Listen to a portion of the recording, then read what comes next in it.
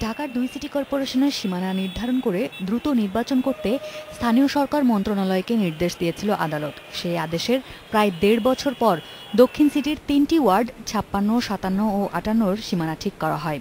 ২.৫ মাস আগেই শেষ হয়েছে সীমানার এই জটিলতার কোনো বিষয় নেই, কারণ স্থানীয় জনগণকে আমরা সম্পৃক্ত করে কাজটি করেছি এবং আমরা একই সাথে যেমনি মূল ম্যাপের ওপরে যেমনি আমরা দেখেছি, আবার সরেজমিনে বর্তমান অবস্থাটাকেও চিহ্নিত করে নতুন করে ম্যাপ সহ আমরা প্রস্তাবনা পাঠিয়েছি।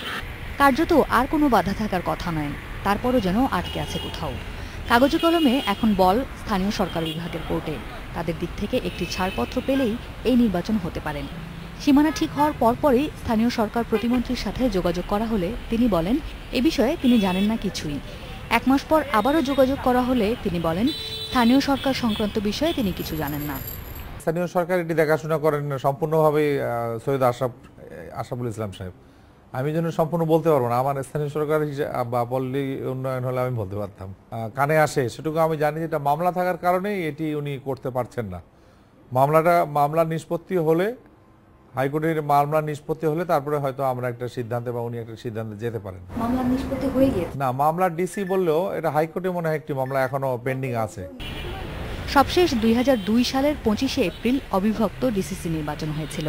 সংশ্লিষ্টরা বলছেন রাজনৈতিক সিদ্ধান্তহীনতায় ১ যুগ পেরিয়ে গেলেও নির্বাচন হচ্ছে না সিটি কর্পোরেশনে। Asmanita, Independent News, Dhaka.